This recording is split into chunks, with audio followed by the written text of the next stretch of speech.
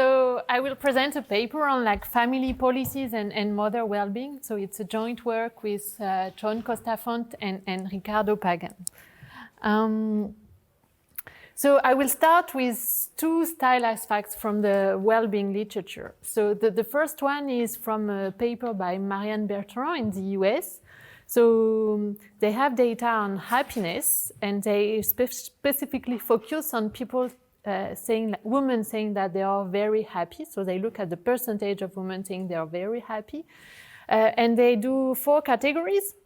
So women with children, and women without children, so no family, it's children without children. And career, how do they define career? It's women that have earnings above the 25th percentile, okay?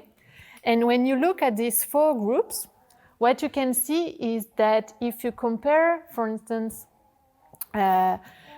so women with, for instance, no career, no family, and no career family, you see that you have a premium in terms of well-being of having a family. Same if you compare career, no family, and career family.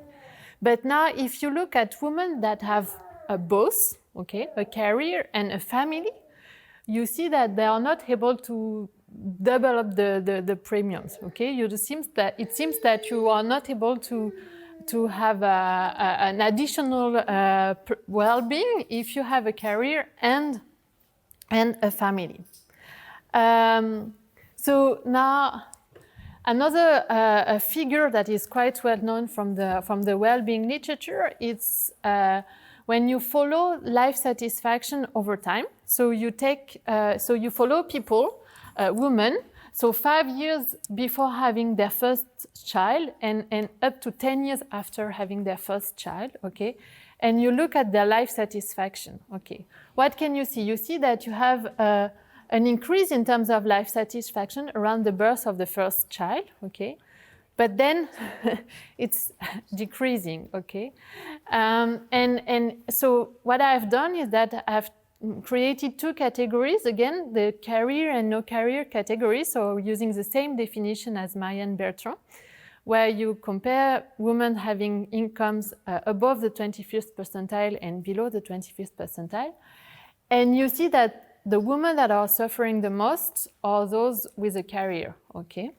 Where you see really a decrease in terms of well-being, while for women with no career, it seems to be, so you have a decrease, but if you compare their well-being, like let's say 5 years after the birth of the first child compared to their initial level, it seems that they went back to their initial level, okay?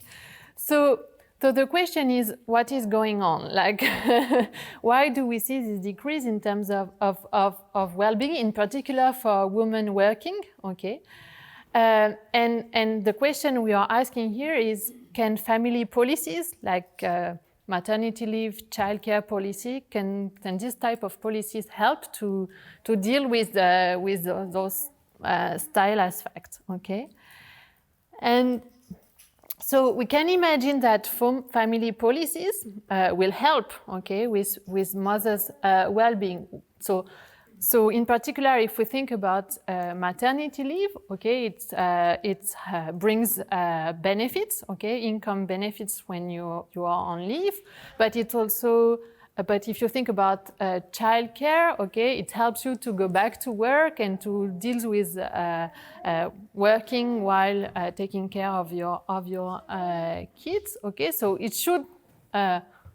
I think that it should help women to have better well-being when they have kids, okay? But there are plenty of family policies that are implemented in different countries, okay? If you think about the length of the maternity leave that is implemented, for instance, in France, it's only 2.5 months. Now in Germany, it's 1 year. So, I mean, there are really different policies in different countries in terms of length, in terms of benefits you can receive when you are on maternity leave. Also in terms of childcare coverage, you have huge differences in terms of child coverage across countries, though. So somehow we want to know what are the family policies that are the most effective to increase women's well-being when they have kids. Okay, so to try to answer this question, so we are focusing on two reforms that have been implemented in Germany over the last decades. So one reform that is a reform on we are looking at is a reform on parental leave in Germany that have been implemented in 2007. And this reform had two effects. So it increased the amount of benefits that women receive when they are in parental leave. Okay. So before that, it was just a flat transfer. So women were receiving only 300 euro per month. Okay.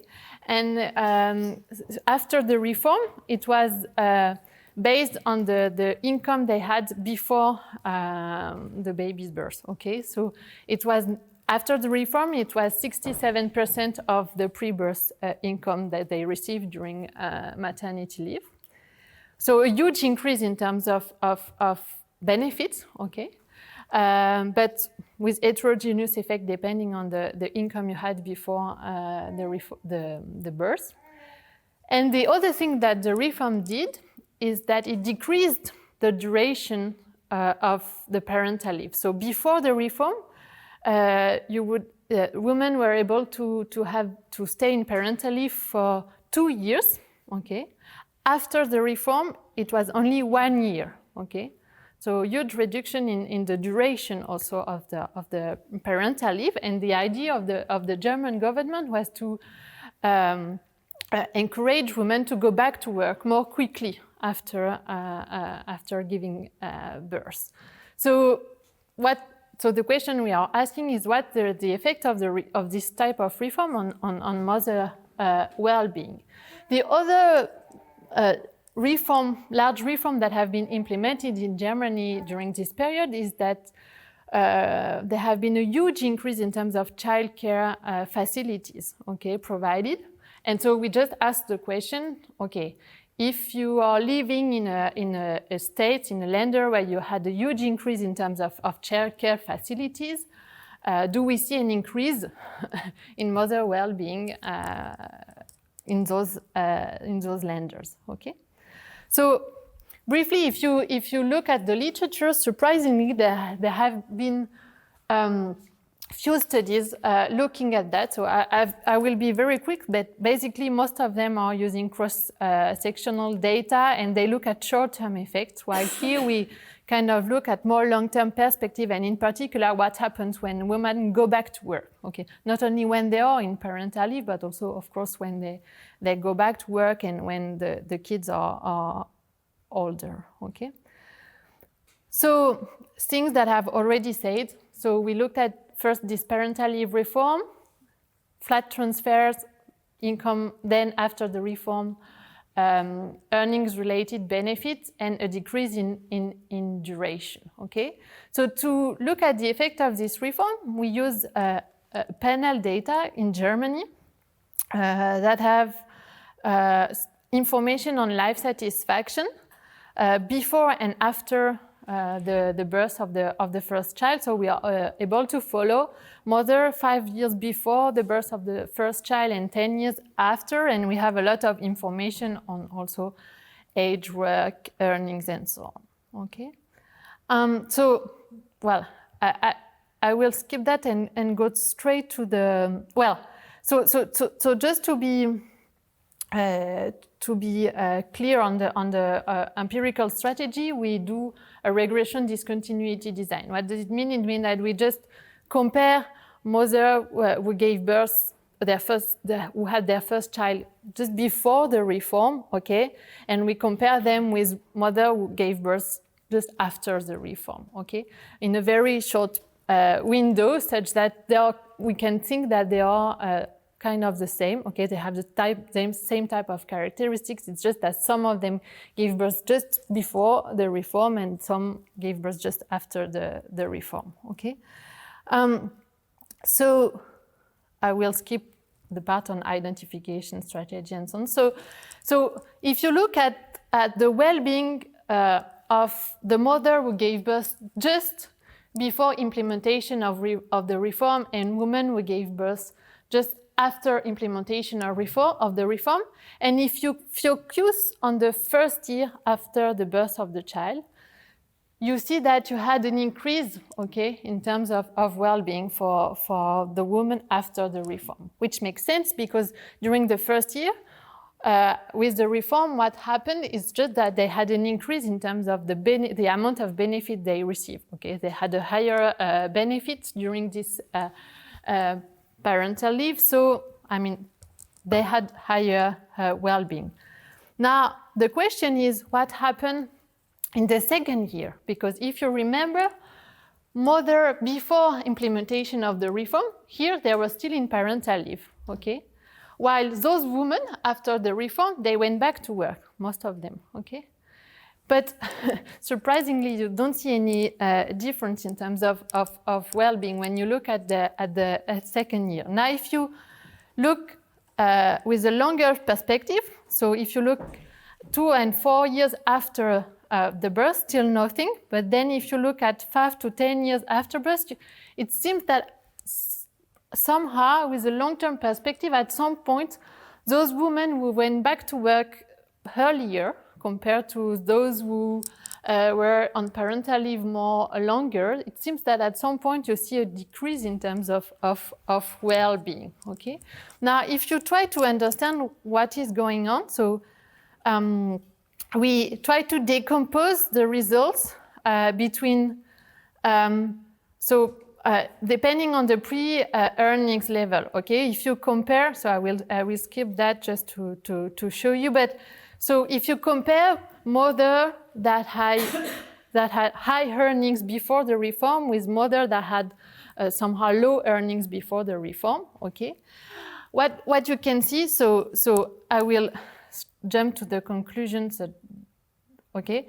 You just see that women that had high earnings, okay, they were more likely to go back to work after the reform, but they were more likely to go back to part-time employment, okay?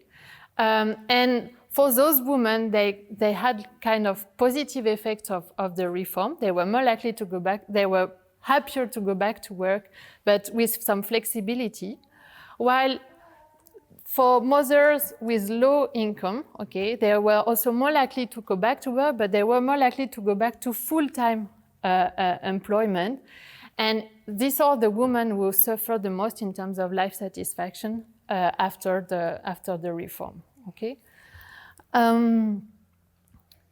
Now, just briefly, we also look at childcare policies. So we kind of use the fact that you have different coverage in terms of childcare across Germany, and the fact that so what are these graphs? It just show you the percentage of childcare provision you have in the different lenders, okay, and how it has increased over time.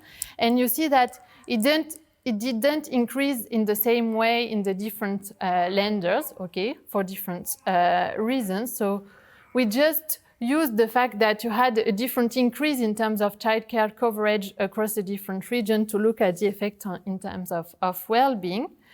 And we looked at people that were living in lenders where you had an increase that was above the median compared to people that were living in lenders where you had an increase that was below the median in terms of childcare coverage, just to see that if you have more childcare facilities around you, does it help to in terms of well-being?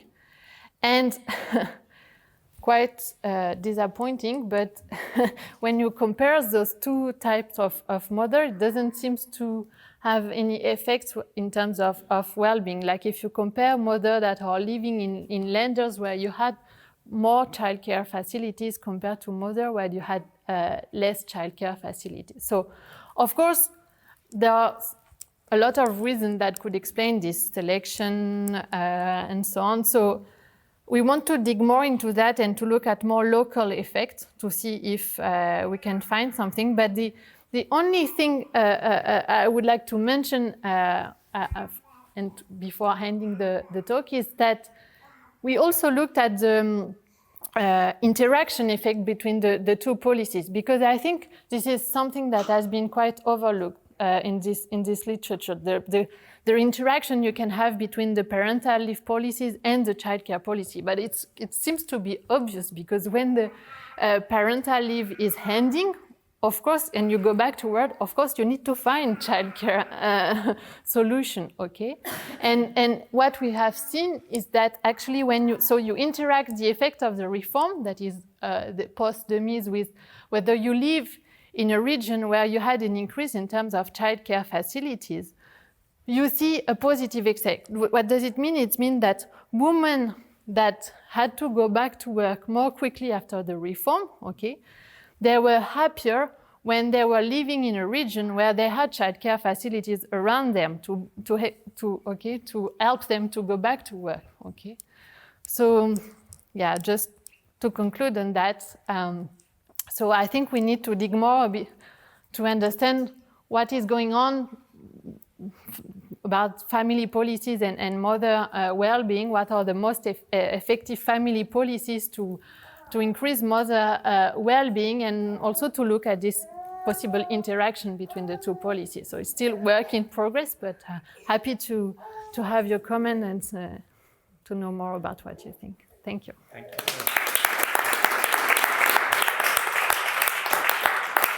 Do you want to manage your questions?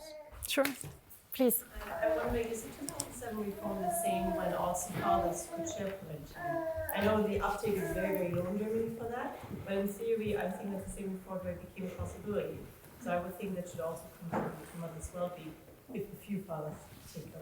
Yeah, so indeed, so at some point, fathers were also able to take the parental leave, but as you said, like very few fathers did. And I think what is also interesting is to look at what happened in terms of fathers' well-being during the reform. So not specifically fathers who took the parental leave, but also fathers who had a wife who went back to work more quickly after childbirth. And actually what you find is that you find a decrease in fathers' well-being when mother went back to work.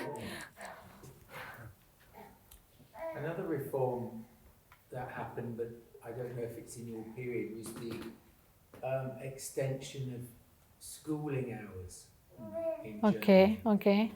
And so my colleague Nikki Shaw did a paper on it, not a wellbeing paper, but a labour supply paper. And I think obviously that would be for older children. Yeah. But I'm very curious to know how that would play out and whether you could do a well-being thing on that. Yeah, that would be interesting.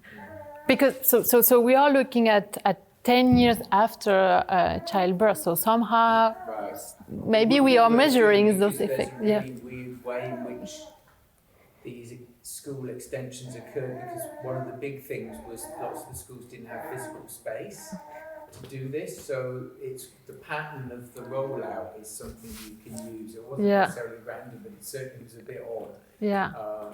So it would be good to see that mapped into this. Yeah, that would be interesting. Thanks. Yes. I'm not quite sure. 2008 was the financial crisis. Yeah. And I don't know how that was in Germany, but isn't your second group they were forced to go back to work in 2008 because it was post 2007? Yeah, you're right. Did you consider that impact it could have? You're right. I mean, so in the equation we have what we call year fixed effect. So somehow we are controlling for shock that happen in 1 year. So somehow it's dealing with this with the crisis effect. So it should help. But okay, you're right. I haven't thought about that. The fact that indeed when those women that were impacted by the reform, it's true that they went back to work during the crisis. Another question, how do you deal with second birth?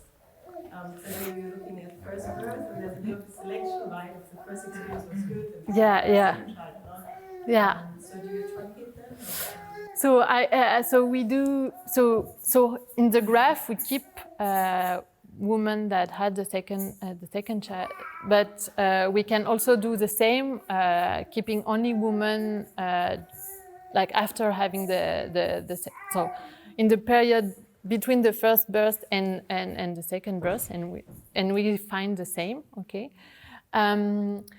But so the other thing that is nice is that so there has been a paper that have been looking at this reform and the effect of this reform on fertility, whether you're more likely to have a second child, for instance, or a first, or at least a child with this reform, and they find that for high-income women, they were more likely to have a child after the reform, okay, and to also have a second child after the reform. I think this is brilliant that you're doing this. I've been wanting to do it for a long time. And three observations. So one is we see parents have lower well-being when the kids are 0 to 5, and it recovers from 5 to 12 and it goes down in teenage years. And we think that is a primary school effect. And it went during the pandemic, and you can see the impact for low-income families in the half terms in November, in October and February in the UK and the UK data, which is quite exciting. So I think there is a primary school effect. They're doing more than just education; they're doing something else for parents. But one of the things that will be interesting to test is if extended school days change it, because one of the things that happens to mums is that it's often the mums who choose to reduce their hours to fit in the school day for that period of time, and then that's what drops down.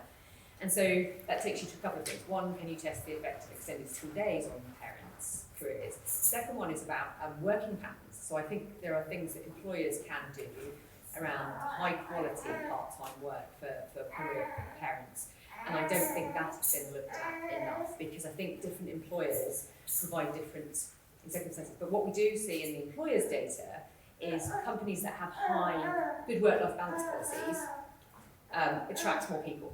But those that take up those work-life balance policies have lower well-being. So there's something going on there. And so can you create, and what the challenge there is creating good quality part-time work that pays enough. And lastly, the other point is, I think there's an effect on parental separation on this drop. So we see the highest rate of breakouts around 3 or 4 year olds with kids, and then you get a high rate of homelessness or pet in sort of grade 1 kids in New York, for example, because the parents have split up and they had to travel their own way to school. So I think there's quite a lot we can have a look at around this, which I think would be really interesting. But I think the effects of longer school days or places where they have full day extended childcare available would be really interesting, because I think you get dual income couples working full time there. Yeah, thanks a lot. Very interesting suggestion. Yeah. I think. Yeah. Very interesting. I pick up on that point of the father's parental leave, because it'd be interesting to know, because I know the system in Germany quite well. Yeah. But I have some relatives in Sweden, and I know that they, like 30 years ago, there was a 50-50 split between father and mother. And I don't know, is there any research that you might have done or you've looked into of how, because the difference is so stark between the countries, and even now in Germany with this one, like 75% of fathers don't take any parental leave, and then most of them only take 2 months because that's what extends the parental leave, and there's very few that take more than that. So I'm kind of curious to know, is the mother's well-being increased in countries like Sweden, where there's a much higher uptake of the father's parental leave compared to the way the German system is set up? It's not set up in any way at the moment for fathers to take more than 2 months. Like they would need to, if you want to, in my opinion, to change that, you need to get the full payout. You need to do it split at 50-50. Yeah. Is there any work on that, I don't know any work on that, but that would be very interesting to look at. Yeah. There is work on take up of shared parental leave in Sweden, and it's not as good news as people normally think, and then it's still quite low take up. Yeah, okay. Yeah, I have only one example. Yeah. There's quite a lot of research on that. If you look at governance as a mechanism to improve net gross national well-being, I think your recommendation, based on how things are at this point in time, is that women should work.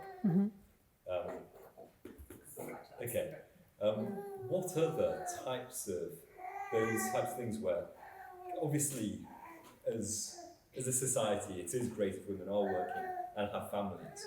What other examples have you come across in your research where you face that almost that tension within the data where ultimately it's very, very necessary to create those policies in order to not have that kind of effect? I'm not sure if I've articulated that to you.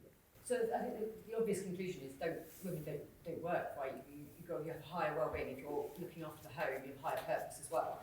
But in the origins of happiness research, we found that what mattered most was how mental health of the woman. So the life satisfaction might be lower, but that has an impact on the child. So and it doesn't affect anything else. No. So I think the big finding from that was it didn't actually matter for the well-being of the children whether or not the women worked. And I think that's quite important, and that if the women working is better for their mental health, that is better for the child, both short-term, long-term, and the mother and the parents. That makes sense. So the average of well-being is almost kind of... And there's also some income things that matter as well. So it's almost hiding that fact that you've got that mental health thing, which is almost kind of trumps just like valuation. Absolutely, yeah. Okay. Yeah. 100%. Thank you, everybody. Let's thank Sarah one more time. Thank you.